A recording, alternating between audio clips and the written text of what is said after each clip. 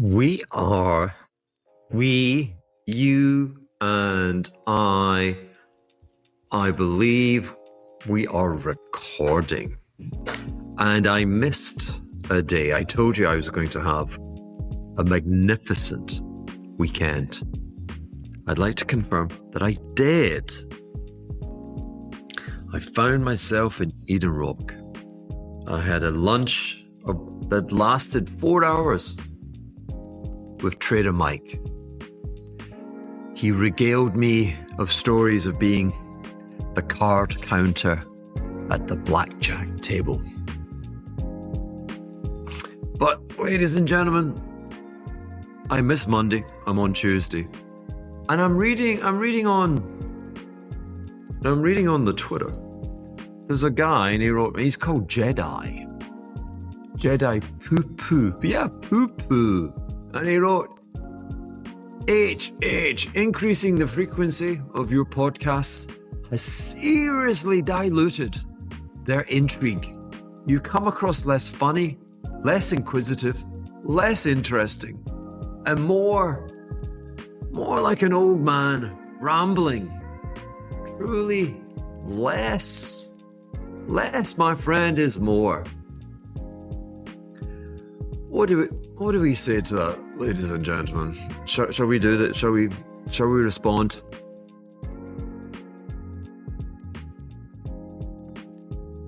Sorry. I'm still, again, until you send me messages, I am going to continue having fun with my.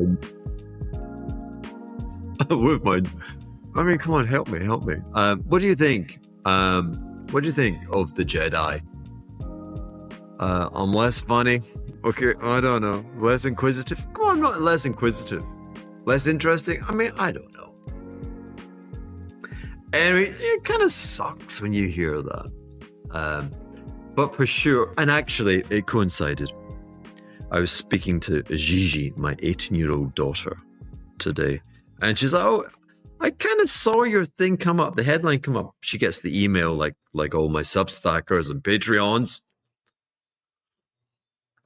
He said, oh, that kind of sounds intriguing. And she said, I started watching it and you were talking about girlfriends, you were talking about everything except the title. So maybe Jedi has a point. And I've taken a lot of notes. So what I do is I kind of try and take a computer log of my inquisitive mind. And so anything I read, I take a screenshot of, and then I try and come back to it and try and weave some sense, see if I can weave a narrative. There is always fear. I don't know if you hear the fear. You don't hear the fear in my voice. But you do hear it in the chaos of the beginning. I have to just speak. I have to become comfortable speaking. Damn, I forgot to put my recorder on this. I'm determined again to get this below 1 hour. Started at 9 o'clock.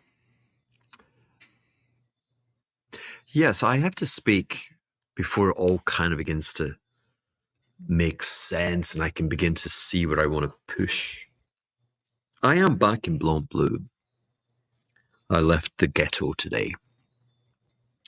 A point of business order.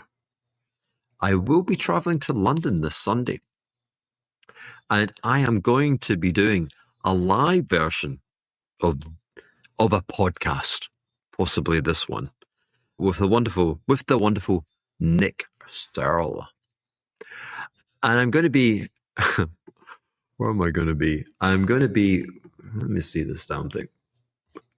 I've never heard of these characters. I should be saying amazing things about them, but Mellow, without a W, MELLO, Mellow London.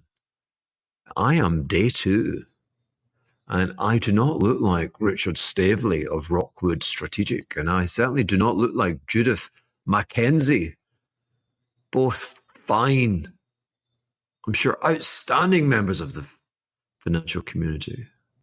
Instead, I look like the asset capitalist. And with Nick Searle on Wednesday, the 19th in the afternoon, Nick will be interviewing me. So if you're in London, it's at the Clayton Hotel in Chiswick. Don't think I've ever done a gig in Chiswick. There's always a first. Wow, we're on 5 minutes.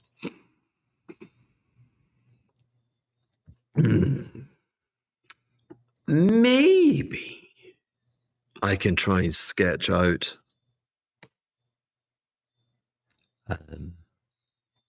the meaning, the deeper meanings, the layers, the layer cake of asset capitalism. A light bulb came on in my head. And I remembered an interview I'd read with the Formula One driver who's currently number one. Looks like he's a more than likely contender for winning the championship this year. And it probably came to mind because I saw that Toto Wolff, who I think has about a 1/3 stake in the very successful Mercedes Formula One team, is looking to sell some of his equity. And again, I think hold on a second. Let's get ready for, I guess these things don't work if I'm kind of preempting. The purported value of the Formula One franchise is, quite frankly, absurd, and I think marks a high water mark. I'm going to say the number.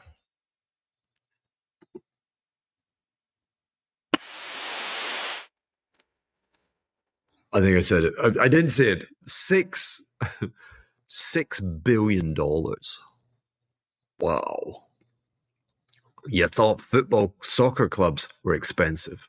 In fact, I'm going to jump into the old chat. Where's the old chat GPT? Let's ask it. Oh, actually, I've been using a lot of Grok today. What? My dear friend, what is the most valuable sports franchise? Boom. Any guesses? Any guesses? Should we do the drum roll? I'm going to ban myself from noises for a good 5 minutes. Noises or sounds. Results show that the Dallas Cowboys is the top Forbes NFL team, and you've got Real Madrid. Talk amongst yourselves. Wikipedia lists cites the Dallas Cowboys at 10 billion. Anyway, regardless, I think 6 billion. I was like, what? Really? 6 billion? It did actually. The FT article gave us some data that we could actually make a comparison. Yeah, there you go. 600 million in these are sterling figures. And the valuation of sterling valuation. He's looking to sell 5%, a stake of 5%. So that'd be a sixth of his total stake. So we're comparing $6 billion, which is maybe 5 billion in sterling, with sterling sales of 636. And that was 2 years ago. And that had jumped from 546. So that was like a 20% increase. And a really big jump in profits. They're making 163. What is that? 163 divided by 636, making 26% margins. So yeah, you'd think 3, 4, let's be generous, 5 times sales. So say 636, say it grows another 20%. 763. You know what? Let's round that up to 800 million. Let's put it into dollars. And let's be generous, multiply it by 1.3. That's a billion. Yeah, that's how you get there. And then they're saying, yeah, we're worth 5 times sales. Okay. Anyway, I thought the more interesting thing was this quote from Lando Norris. So he's a young English kid, and he seems to overthink, and definitely lives in the shadow of the Dutch champion Verstappen, who again just seems to have a lot of what do we call it? Emotional intelligence. But back, I think 3 races ago in Mexico City, Norris, he secured pole. He'd been struggling. He'd made a lot of unforced errors, and then he seemed to get his shit together, and he secured the pole position on the grid, which is very, very important given the incremental differences between the cars and their performance is so incredibly small. And he got that pole position because he was zero. I'm rounding again. I will not use 3 decimal points, and we will come back to that. But he was 0.3 seconds quicker. And that's quite a big deal because this is the 3rd shortest circuit in the rostrum of the places they go over the year. So it's a really good performance. And he was interviewed saying, like in his conversation from the cockpit with his engineer, saying, even I don't know how I did that. And then he further alluded to something which kind of caught my attention.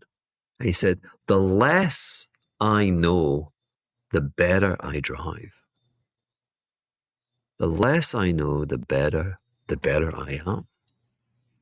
And I hope for those of you within the 3,000 hardy souls that download this show each time, I hope you recognize that's something I say a lot. I'm not professing or claiming that I'm a Formula One driver, but I'm suggesting that there are similarities in what we're trying to do. And it emerged that Lando genuinely had no idea how he did it until he actually crossed the line, until he actually got out of the car and looked at the monitors. You see, they have a thing called the delta time display, the DTD. And amidst his personal slump, going back a while, he turned it on. He decided to drive blind. The delta time display, it reveals live and lap by lap, in fact, corner by corner, and it's telling you, it's comparing what you've just done with your previous best, with the previous best of the contestants, and it's telling you where you are. It's telling you if you're on pole or close to pole at any moment as you whiz around that track. And having switched it off to drive blind seemed, not blind, but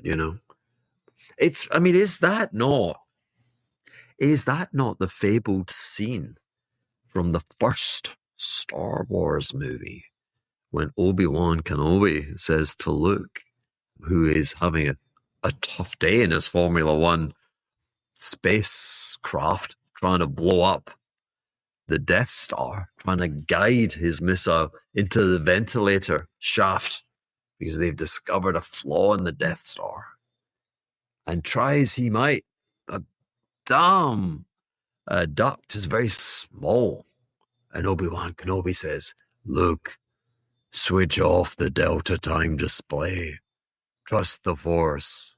Switch it off, Luke.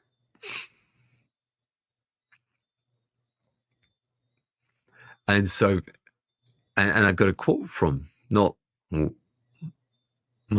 Kenobi, not Luke Skywalker, but our very own Lando Norris.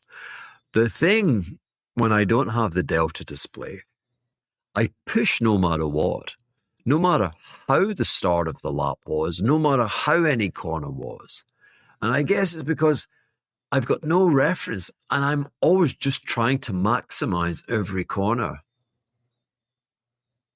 He said, otherwise, I just stare at the damn thing too much. And I thought to myself, that, Lando, that, my friend, that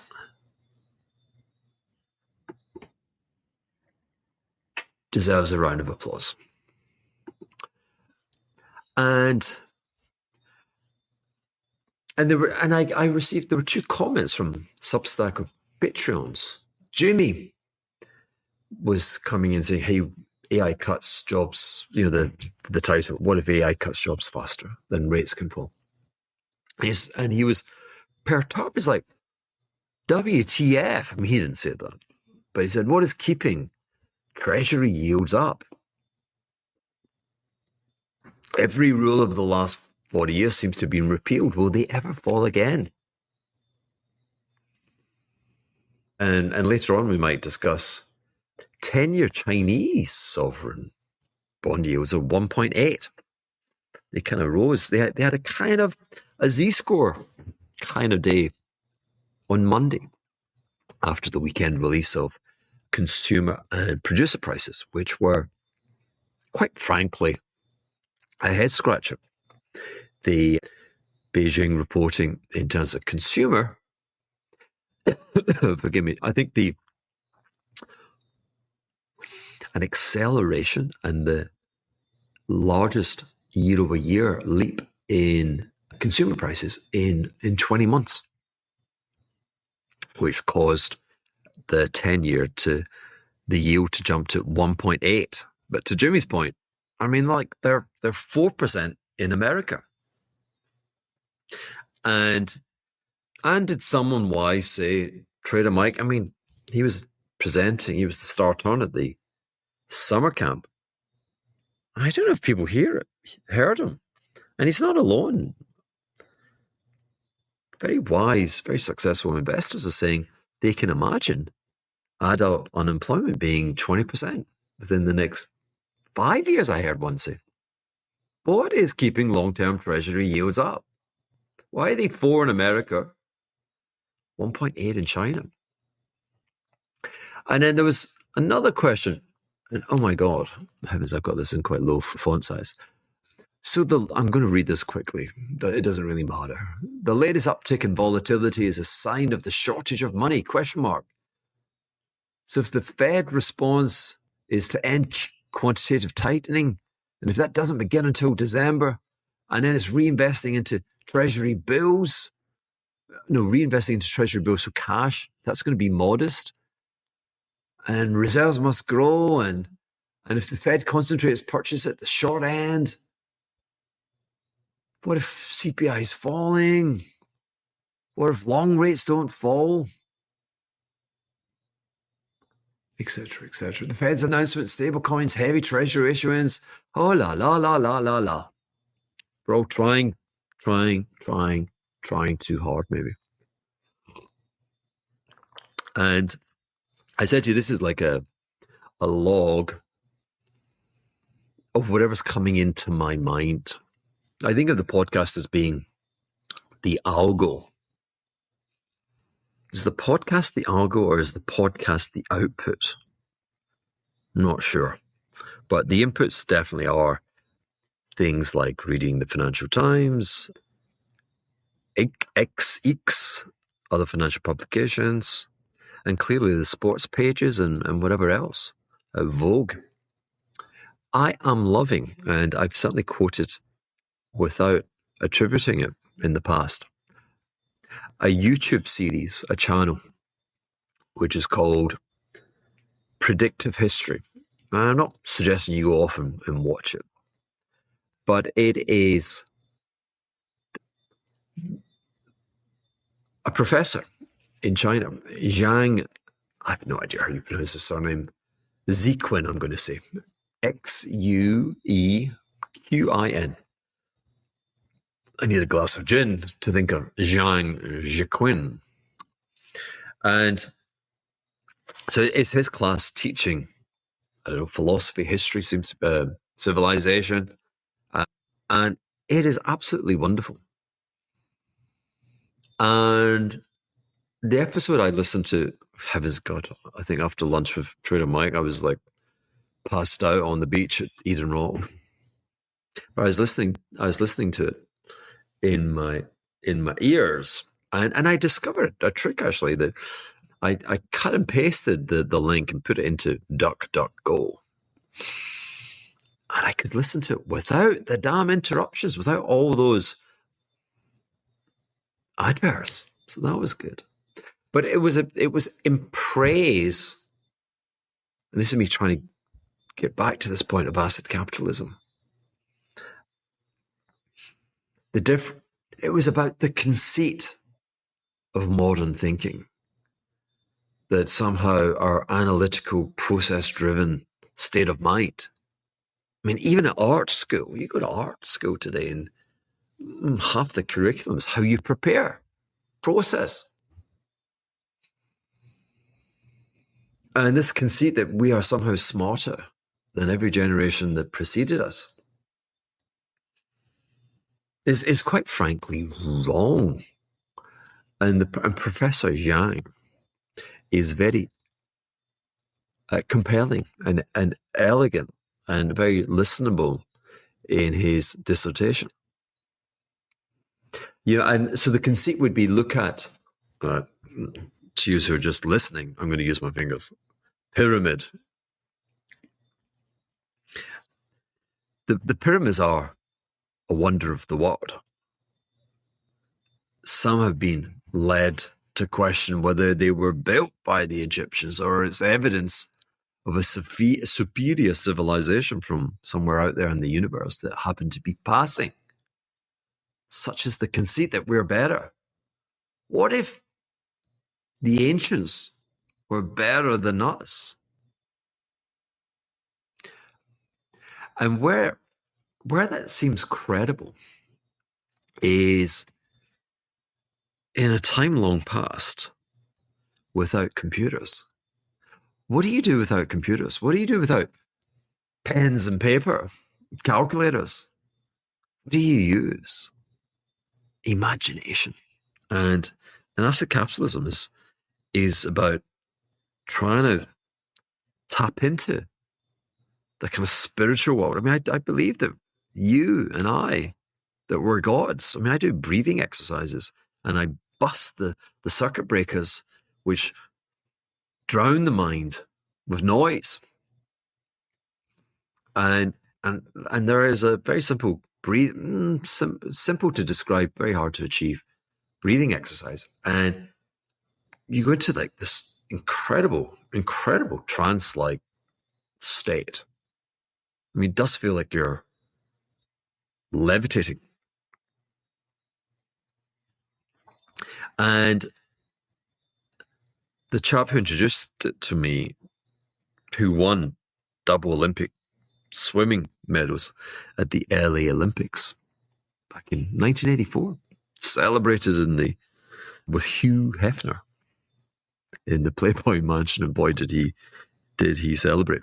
But thereafter, I've told this story before, but thereafter, you imagine the dedication to be a swimmer. Wow, that's tough. And he did it. He achieved everything. What do you do? And you go looking for something fulfilling because there's a big void. And he barefoot walked around Egypt in 1985. He slept on a pyramid on the lower enormous stones. You didn't have the security that you have now. It was actually possible. And you raised the question that, hey, empire and the economies that we have today, the hegemon of America, the vast Chinese economy, wouldn't be possible if we all walked around like me going, I'm the capitalist, I'm a god, you know? And so instead we kind of pushed all that geist, that tapping into the spiritual world, and we closed it off. And we became worker ants, very obedient. That's how you create empire. And you close down that imagination. And the pyramid, God, I may as well be doing the guy's presentation. Let's see if I can remember. But the pyramid is, and I love the pyramid. I'm doing the pyramid. I love that. And if you do an upside down pyramid, it's like a heart. Pyramid, heart. And the pyramid is like, it's transcendental.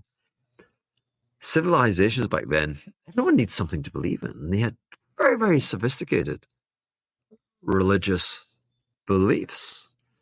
And again, it was all, we were co-joined with spirituality, with something that's invisible, but maybe there. And we were trying to, the pyramids are all about, and all of these, they're temples. And they are not tombs for the pharaoh. The pharaohs they weren't that type of, they weren't like, hey, let's build myself a big, like, a big cock kind of thing. Like, it was a gift for the people, something that they could believe in. And you were bringing heaven on earth. That was the tagline, heaven on earth. And there was someone that there was the original person who got the pharaoh's ear. And with this imagination, he's like whispering in his ear, telling him how wonderful. I mean, he couldn't draw. There were no drawings. There were no PowerPoint. There was no presentation. It was someone's imagination. They built it from the inside out. It took 20 years at least. And the imagination is so powerful and virus-like that thousands and thousands and thousands of people, they call them slaves, they shared this vision. Heaven on earth. Heaven is a place on earth. Belinda Carlisle, that got me into a blind alley for a long time. So not alien technology, but contagious vision. Like they had telepathy, that they shared, like the telepathy without the video monitor to share the image. Imagination is the direct participant in the process of creation. So we're a million miles away from the manipulation of data or process. The closest I can think of is really someone like Elon Musk. Mars Project. Imagination. Making the impossible happen. Actually, Elon, I looked at something, I have to survey the day's headlines yesterday and today. And so there's always a headline on Tesla. And I brought the chart up. And I think it was Friday. I think it was misreported. And Michael Burry was on his X channel on Monday, pushing back against Alex Karp from Palantir. And again, I'm going to come back to that. What I read and what he said was jumping to the wrong conclusions. And I hope you agree with me that I was saying that it would be preposterous to say. The headline was he was $1 billion short Palantir. And my point to you was a good pro, and Burry is the pro's pro, would not be shorting Palantir. It's a meme stock. Yes, it went from $2 to $230. It's completely unpredictable. And the granddaddy of all meme stocks, because again, it's an imagination, it's telepathy, it's Elon's imagination. And he's telepathic in the sharing of that imagination. It's contagious. Is Tesla. $1 trillion meme stock.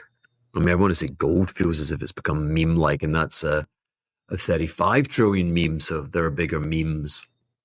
But I was looking, and again on the Substack and Patreon, when I write this up and we do the essay, I brought the chart up again. And if I look at the chart, you've got to think it's going higher. But it's a decision point, and the longer it decides, I was saying to you, the great error of short sellers were the people in 2020 and 2021 who shorted every new high. You don't short highs. The intriguing thing about Tesla is that you've now had, and this was the point of mentioning the Tesla stock. Again, I would steer clear of speculation there if you think of yourself as being a professional, because it's just punting.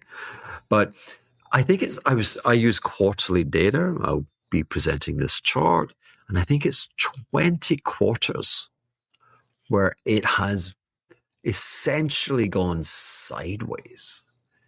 Now, in a Tesla-like range, highs of highs of 500 and lows of, like 125, but it's essentially, it's a compressed channel.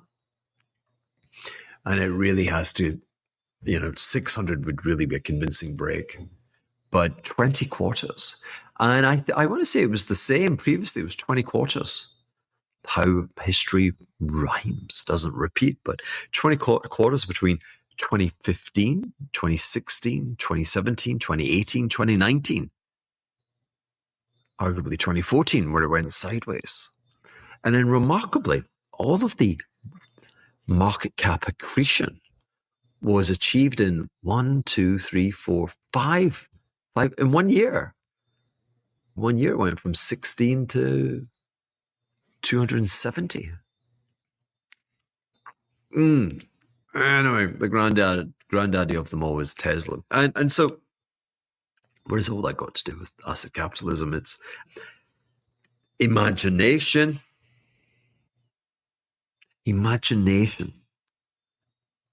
The conceiving of contentious narrative, the imagination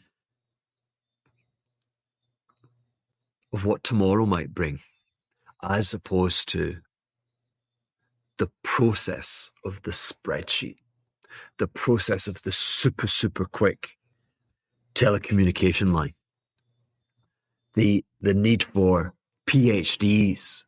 How many PhDs do they have at central banks? British central bank sold half of their gold right at the very, very bottom. The PhDs at central banks are these geniuses right now that central banks are buying lots? We don't know. Right. I do like that, but imagination is I made that up. Imagination is the direct participant in creation. And so again, to the Jedi guy, I wasn't going to do it tonight. I was like, maybe the guy's right, but screw the guy. And this is meandering. Yeah, there are no bullet points. It's purpose, spiritual. I'm seeking meaning. I'm trying to replace his calculations with my imagination. I'm seeking transcendence. I'm seeking perception beyond my experience as a human being. Maybe I'm reading too much Sartre and Heidegger. But I think you and we can go beyond the present self. Create pyramids. Reach for the possibility of actually knowing what happens next. Reaching beyond ourselves. Anyway, Michael Burry.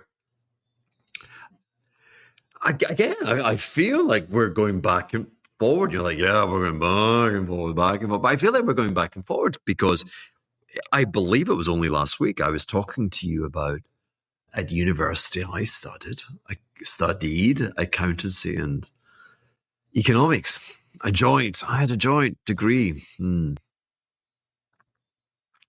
I said to you, my final honours year, I studied market-based accounting research.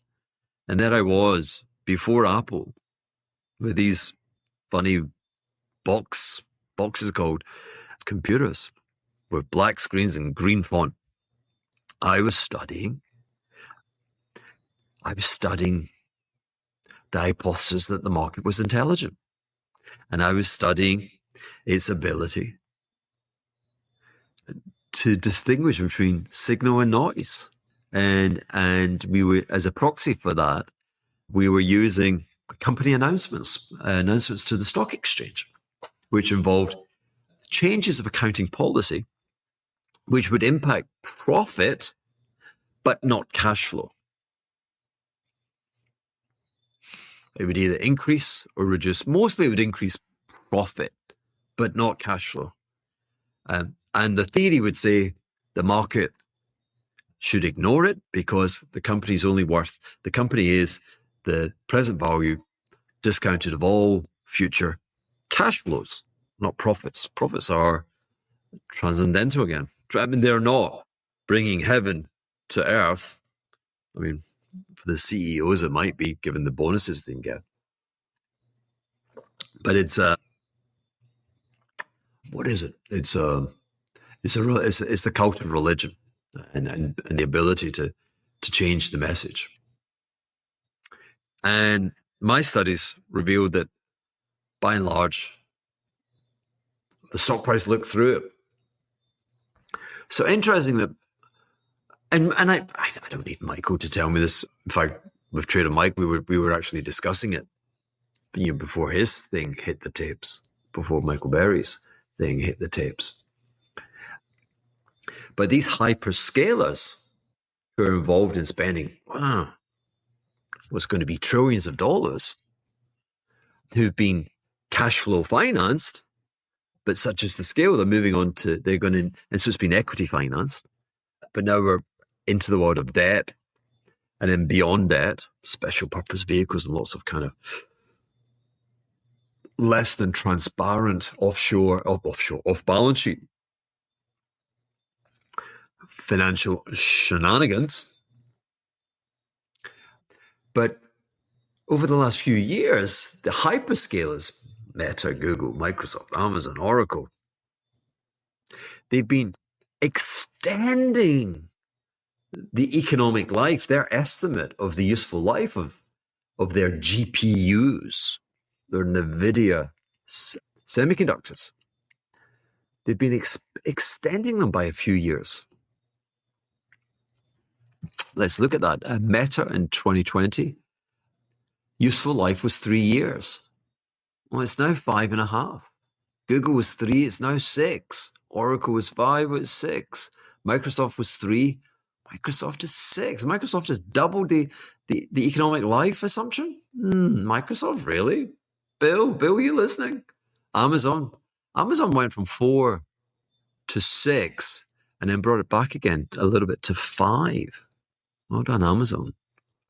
Is the market seeing through it? Because Michael Burry did some back of the envelope estimates that the extension of useful life, it lowers the annual depreciation charge. You get that, yeah? I mean, if it's got a 3-year life and it's 90 billion, then you're going to have to charge 30 billion a year in depreciation. If it's now 6 years, the charge against your profits halves from 30 to 15. So Michael Berry was saying they'll understate depreciation and therefore overstate profit by 176 billion. Now, they all trade on about 30 times earnings. So what's that? That's $5 trillion the valuation of these things out by $5 trillion. It's a big, big deal. Oracle profits are overstated by 27%, Meta by 21%.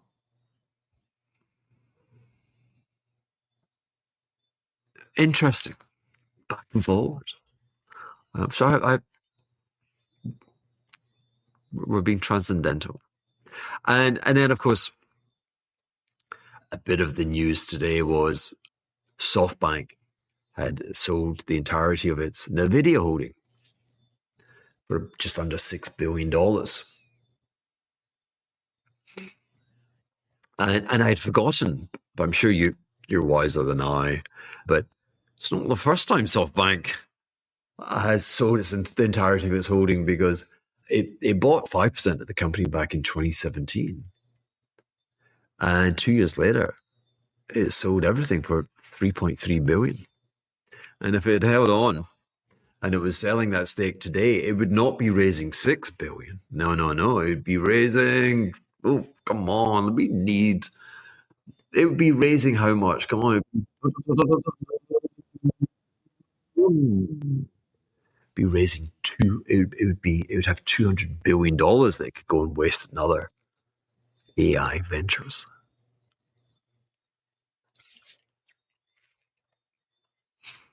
I mentioned that I'm working through my notes here. I did mention that the China inflation, core CPI accelerated to 1.2%. That was its highest in 20 months.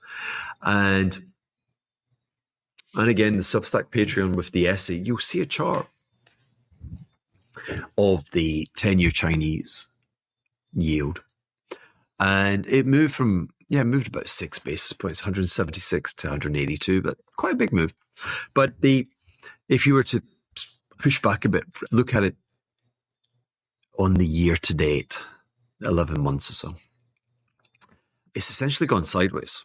At the start of the year, these great policy announcements, boom, we're hyperscaling the equity market. Our number one economic policy in China is higher stock prices. And the 10-year yield went from an incredibly low level of 160 to 2%. And then promptly came all the way back to 160. And then there were further announcements, and the stock market's been kind of catching fire. And that yield is now, was 190. And it came all the way back down to 170. And so now it's 180. Blah, blah, blah. I'm mentioning that because I think that's one of the most important charts out there. If the 10-year Chinese can convincingly break 2% and move higher, I think that'd be a great validation for Chinese equities.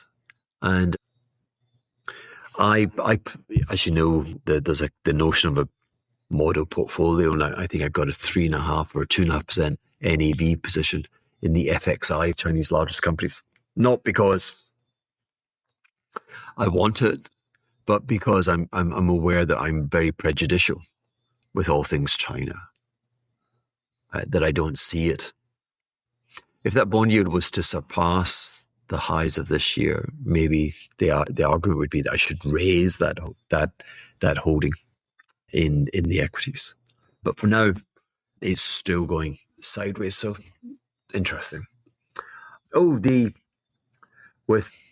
meant to say that again, maybe just trying to reveal how my mind works as I prepare for these podcasts, algos.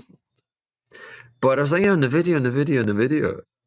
And I said, hey, it's just you and me, digital assistant. I was like, can I ask you a few dumb questions? Can you pretend I'm 12? Kind of like, what are semiconductors? Why is Nvidia a $5 trillion? Is it $5 or $4 trillion company? Because they seem semis are ubiquitous. They're made from silicon and they control electricity and they make things work. Electronically, they light up things. And there are billions of them. And they're mostly basic and boring. So what's so special about Nvidia? I mean, do you know? I mean, I don't know. So let me share with you what I took from it. And the GPU. I mean, just again, funny how things work out. These were, now I did know this, these were special processors for the video games world that made pictures and explosions, made it all very, very realistic. But they really, really work very, very well for the zillion math problems that you've got to do very, very, very, very quickly. That's the GPU. And the Intel, and we've mentioned Intel, we've mentioned AMD, and how they're American and they're being promoted by the American government, and the hyperscalers need them because there's only so much Nvidia can do or can deliver. And historically, Intel was in your computer, it was running your laptop. They just don't have the Nvidia speed. And again, I wasn't sure. It's like, how much is the GPU? It's like $30,000, probably higher than that. And then, can't they just be copied? But we mentioned ARM previously. And as you know, Nvidia is like a virtual company, almost like a software company is. And the software is CUDA, CUDA. And that's the magic sauce with those chips. That's the thing that's hard for the Chinese. You can't just buy. The Chinese could obviously have the best of the Nvidia chips. The sovereign nation could procure them secretly, strip them apart, but you can't find the secret sauce, the CUDA. Nvidia. We mentioned Mercedes. Is it a Mercedes or is it Ferrari? When it's like in a world of semiconductor bicycles, this Ferrari came roaring out of the video games world. Incredible.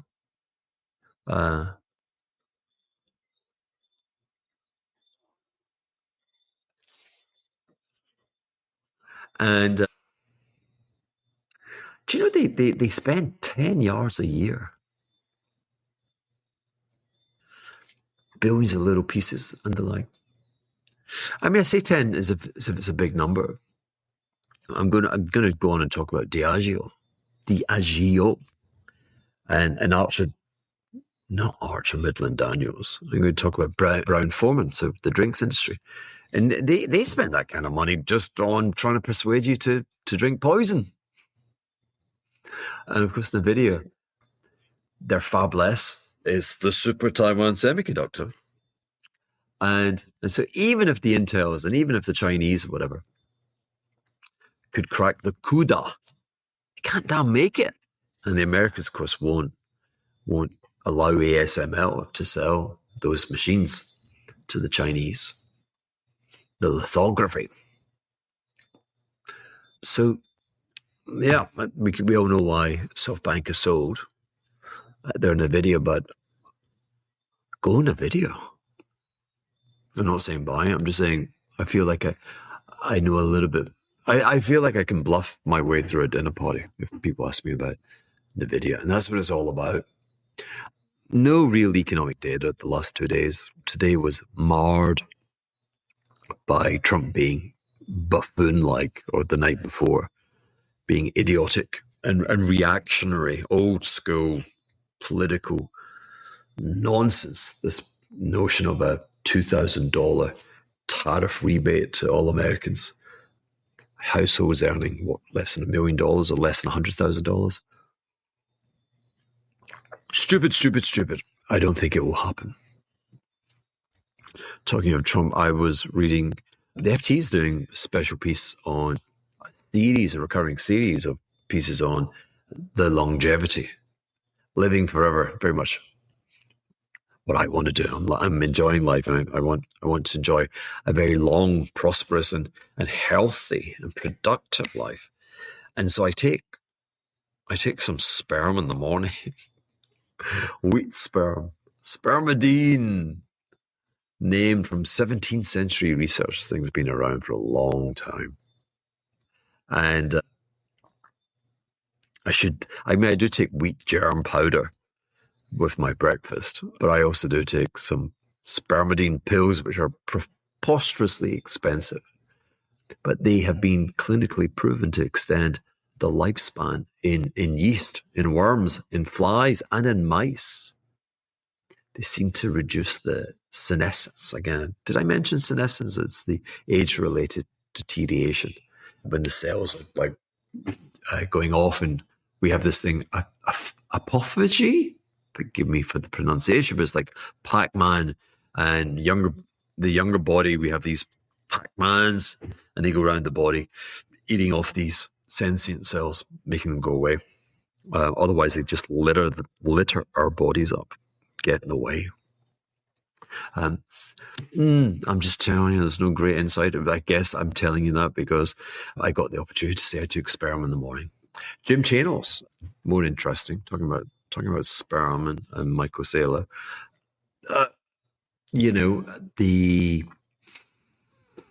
I'm hesitating because,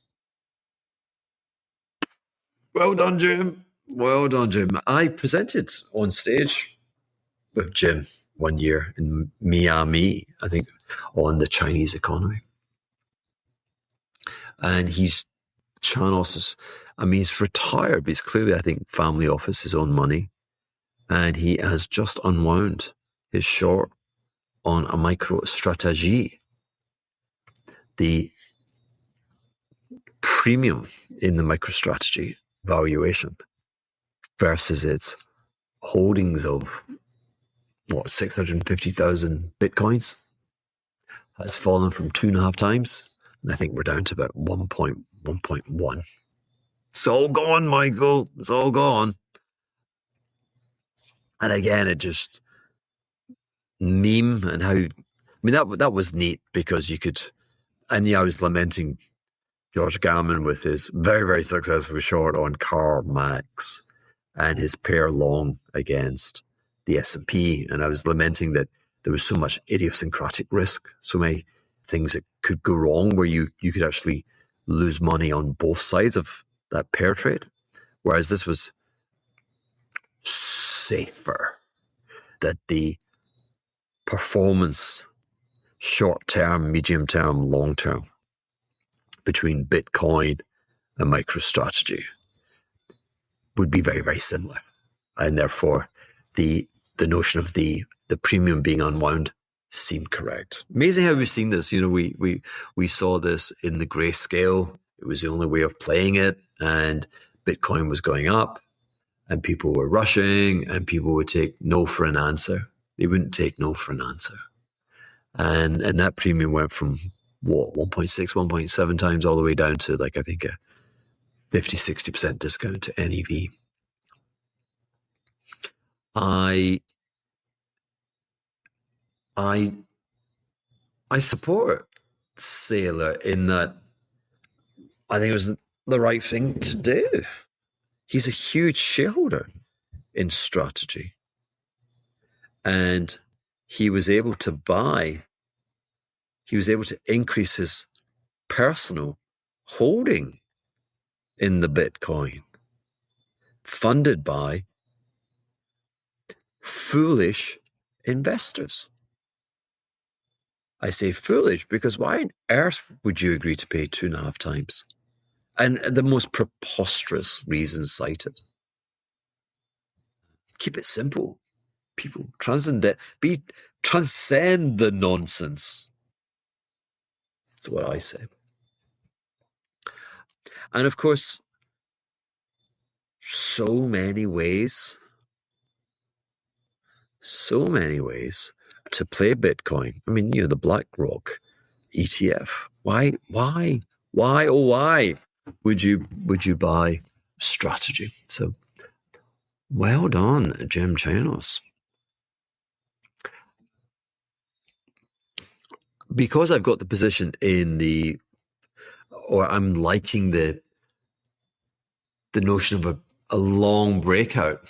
So again, a long breakout. I'm talking about charts, and I had mentioned Tesla, and I said that we've now gone sideways for 20 quarters. And Tesla kind of does this.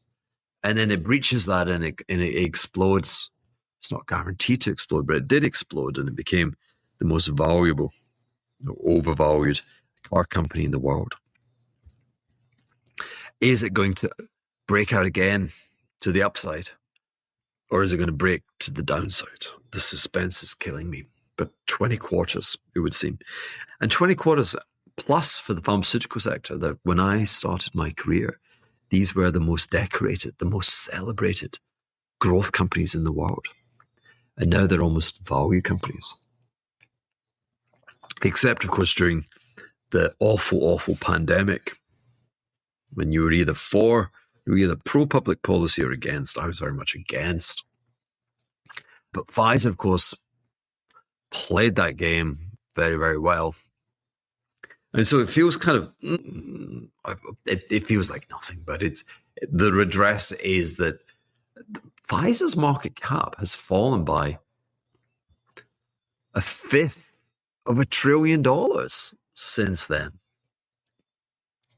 It's comeuppance. Take that, Pfizer. Aided and abetted by a preposterously silly, overvalued acquisition. So Michael Saylor was, at least he was taking his overvalued stock. I guess you could say actually Pfizer took its overvalued stock at the end of 2021. So actually this is coincidence, but it's very, very similar to Saylor and strategy. They took their stock inflated with the nonsense of COVID and the vaccine. And they sold lots of it. They sold 40 yards, I think. How much did they sell of it?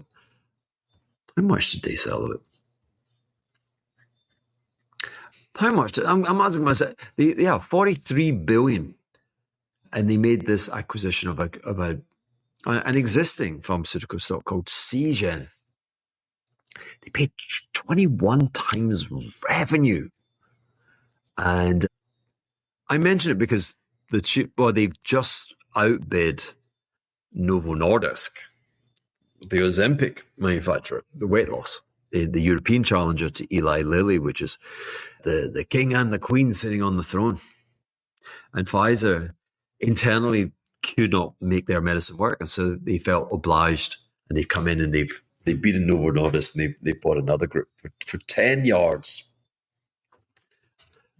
And so that kind of raised that. I thought, ooh, what are they up to? Because they tend to overpay. And the chief executive, it's the same guy. He's called Albert Bourla. What did he say? He had a great line. I love acquisitions because it's revealing, and it's very, very frustrating when they don't give you all the information. The newspapers, like, we want to know, what did they pay EV to sales? We want to know what were the last 5-10 years of average EBIT margins,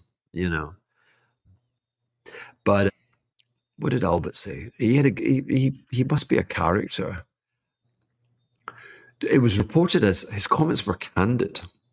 I am over an hour, it's annoying. In candid remarks, Bourla stated, if the whole thing fails, then we overpaid. If the whole thing succeeds, then it's a fucking good idea. That's what he said with the Seagen deal. I'm not sure he still maintains it was a great deal. I don't know. The share price has come down from 60 to 24. And you can buy Pfizer at the same prices that prevailed, I think, in 1997. What he was buying was Seagen. I thought, well, let's look at it. He was buying. And again, I'm just sharing my knowledge with you. Take it as you wish. ADC, antibody drug conjugates. He was buying magic bullet medicine. They definitely need a magic bullet for that share price. So the antibody, forgive me, I'm still I have a 12-year-old's infantile mind, but the antibody is like this, the days of Tauntaun and the Indians, and we're cowboys, we've got our scouts, we're out there ahead, reporting back, and they're special proteins, and they can spot cancer cells. The cancer cells have got kind of weird flags or markers which healthy cells don't have. And so the scouts, the antibody sticks to the bad cells like glue. And when it's stuck, it then zaps some poison, which hopefully kills. So at the cellular level, kills the cancer like a tiny bomb. And the conjugate, what the hell is a conjugate? Conjugate's the rope you're tying the scout and the weapon together. Kind of cool and kind of neat. And of course, it's better than chemotherapy. But is it worth the hype? I mean, the doctors love it because, it is targeted. But it may be targeted. But again, you still got safe dosage kind of issues. So it can be hard to, even the scouts can find it can be hard to penetrate the tumor. And again, like the dosage and penetration are issues. And then they're friggin' expensive. They're really, really complicated to build. Really, really complicated. So I hope they work. And then it'll be, what did he say again? A fucking great deal. But so for the rise and rise and rise of the Nvidias, there are Pfizer's and Merck's kind of share prices trying to stabilize. I hope I said to you on Friday that Trader Mike in his covered calls, he's looking for great one-of-a-kind businesses that have had a glitch. They've fucked up because of that. And they've fucked up, again, forgive me, at a point where they were really loved and therefore overvalued. And so the penalty is extreme. They fall 60%. And even that's not good enough for Mike to come in. Mike, we were talking about those quarterlies of going sideways and the like. Mike needs evidence that he's not buying a falling knife. And so just two companies, Merck and Pfizer, you were looking at the best part of $500 billion, just two companies, which have reversed as the hyperscalers obviously have added trillions to their market capitalization. And then I thought I'd close on the story of Diageo. Sounds like a rapper, or it sounds like a soul singer. Diageo. They make Johnny Walker whiskey. Casamigos, my friends, the tequila. And of course, Guinness. And it's another one where the market cap, now they're not the size, their market cap is, what I want to say, I think it's $40 billion. You got $20 billion of debt, which is a bit nasty. And I'm not just talking about Diageo, I'm talking about the spirits companies. Pernod Ricard, they make vodka, Absolute. They bought that. In America, our very own Brown-Forman, Jack Daniel's whiskey, my brothers and my sisters. I never got the chance to say good evening, brothers and sisters. Let me correct for that as we reach the zenith or the end of the show. Collectively, the share prices are at 10, 15-year lows and still dropping. I mention it because Diageo came across the screens, I think, yesterday. They've got a new chief executive, and his nickname is Drastic Dave. And he's drastic when it comes to cost. He's a slasher. Now, if you recall, I did mention whiskey. I can't remember the context in which I was discussing this.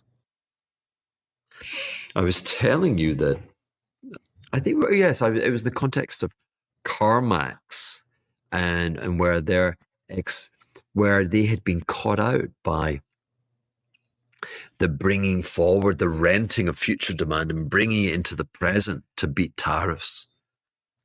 That tariffs would lead to an almost certain rise, which could be a household additional cost of $5,000 or $10,000 as they sought to replace the family car.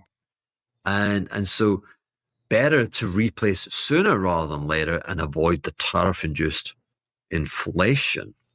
And that through CarMax's plans and its planning of demand and supply, it got it all wrong and the share prices collapsed.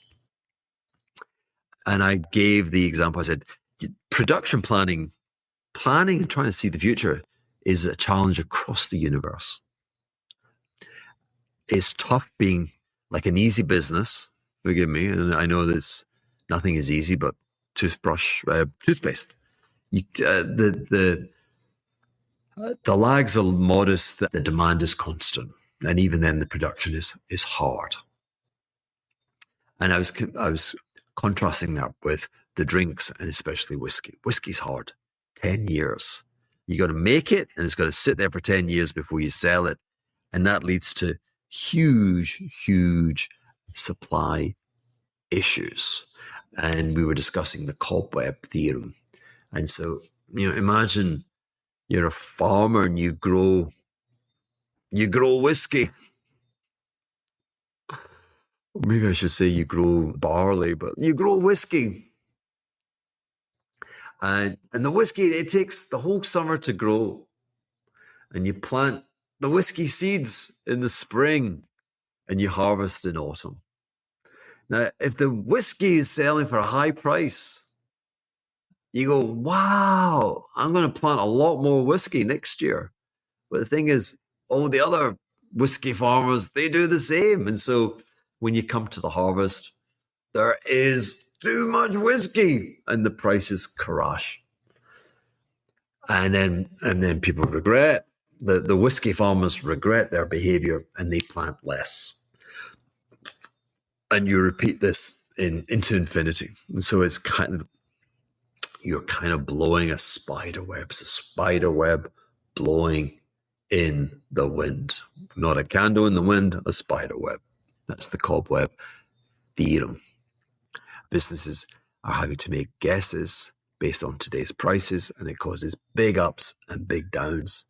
For the spirits companies, oh my God, have they, again, let's use the F-bomb, have they fucked up? That 10 years to age in the barrels. And of course, what happened? Well, a few years ago, more than a few, I guess you go around about 2010 with China booming, they started buying fancy whiskies and what's that awful? It's like a whiskey. Courvoisier, brandy, gifts of ostentatious gifts to say, oh, look, we're doing really well, or to bribe people and to look good. And so the consumption and the prices you could achieve were off the charts. And what did the drinks companies do? They produced a hell of a lot. They're like, this is going to last forever. Same thing.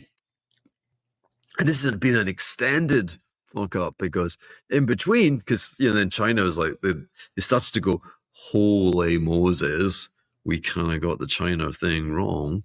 But then COVID comes through and everyone's stuck at home. You can't go to the bar unless you're in St. Bart's. The bar's closed. And so you're like on Amazon and you're ordering you can't actually order drinks on Amazon. You're ordering fancy, what do I mean fancy? Expensive, premiums. Yeah, we'll take that. Sales, boom. And to make it worse, they go and buy each other at preposterous Pfizer-like CGen valuations. Tequila, everyone's drinking tequila, me included. Tequila grows, it takes you 7 years for the agave plant to grow. So a bit better than the whiskey. But still, 7 is a long time. Vodka, you should just stick to vodka. Vodka is like lemonade, no aging. You don't have the cobweb theorem. All the problems lurk within the whiskey. You're really whiskey dependent, guys. Brown-Forman, oh my God, the share price, has absolutely collapsed. I actually came across another one. I'm going to have it. I'll show you its share price in the Substack and the Patreon. MGP. Now, I love discovering new companies. MGP makes is a barley. It makes the raw material for the whiskey. Sales down 19%. Stock trades on like 4 times earnings or something. Share price has gone from 130 to 25, and it had a ceiling that became a trampoline, and then the trampoline would come all the way back down to the ceiling. Interesting. But a micro cap stock, we're talking like $500 million market capitalization. But Brown-Forman lost 2/3 of the market value. The whole alcohol industry has dropped $1 trillion. So again, Nvidia, Alphabet, Microsoft, et al., Meta going higher by trillions, and not a zero-sum game, but coming back. And the problem you have is, so you stop making the stuff. The whiskey farmer's like, okay, less planting, less planting. But you've got all that surplus in your bonded warehouse. So the production is down like between 20 and 30%. But you're not going to see. You're not going to deal with the surplus. You need years and years and years to deal with the surplus. And then with Ozempic, people are drinking less. The Gen Z are drinking less, apparently. I mean, I don't know if I believe that. Every Gen Z I see is drinking as much as I am. I mean, I'm drinking less. China's still not booming, regardless of what those inflation figures were saying. And I read, and I didn't know this, the US government was proposing putting like a kind of carcinogenic warning on spirits. Have you heard that? I was not aware of that. Anyway, that's the glitch. And you saw this, it repeated itself. We're repeating the past. When Japan was China, the glorious 1980s, the share price performance of whiskey companies were on fire because you had a decade. It takes a decade to correct. And you had scarcity. And so you had pricing for a decade and huge demand. So at some point, we have to keep these on our radar. But because at some point, it will turn. This is the pain now. Now, Drastic Dave, I think the Diageo share price was up 7% today or yesterday. Cutting costs. I mean, I don't care his reputation. I mean, he worked at Unilever and Tesco, for Christ's sake. He ain't Moses. It's the second time I've mentioned Moses. Getting all biblical. I would have no enthusiasm for what one man can do. One man needs probably another 5 years. And the stock, I mean, Diageo is going to cut its dividend almost certainly. It's got debt, which is 50% of its market cap, which is never good. It's ugly. So you're looking for them to cut their dividend, to fall further. And unfortunately, the vol will never be that high. But there'll be a point where they're so low. If you can buy a stock down 60, 70%, trading at 20-year lows, and it goes sideways, what does that sound like? That sounds like Nokia, Ericsson. If the volatility was high enough, you could just sell weekly expiring calls, kind of modestly just off at the money, and do that weekly. Maybe you only get an income of 0.5% per week, but do that consistently. And in 3-4 years' time, maybe your absolute in price for the stock you buy will be nothing. And then when the cobweb turns, boom, baby, you will be a winner. So there you have it. Today was very. We did with transcendental asset capitalism. We've examined some economic theories. We've in the apps. The government is reopening. We're going to have government data, but we're going to have government data, and we're going to have decimal points. But what do we need? Say it after me. We need imagination. This has been your nightly, weekly shot of imagination. This week, I think we're on two at most. Maybe the Jedi is right. Write in and tell me if he's right or if he's wrong. My brothers and my sisters, I am Hugh Hendry. I am the asset capitalist. And I very much believe that I have brought heaven to earth. And we've called it Blanc Bleu and St. Bart's. And I'm going to have a joyous sleep tonight. When you receive this show, receive it with my immense gratitude. Until the next time, good night, good morning, good afternoon.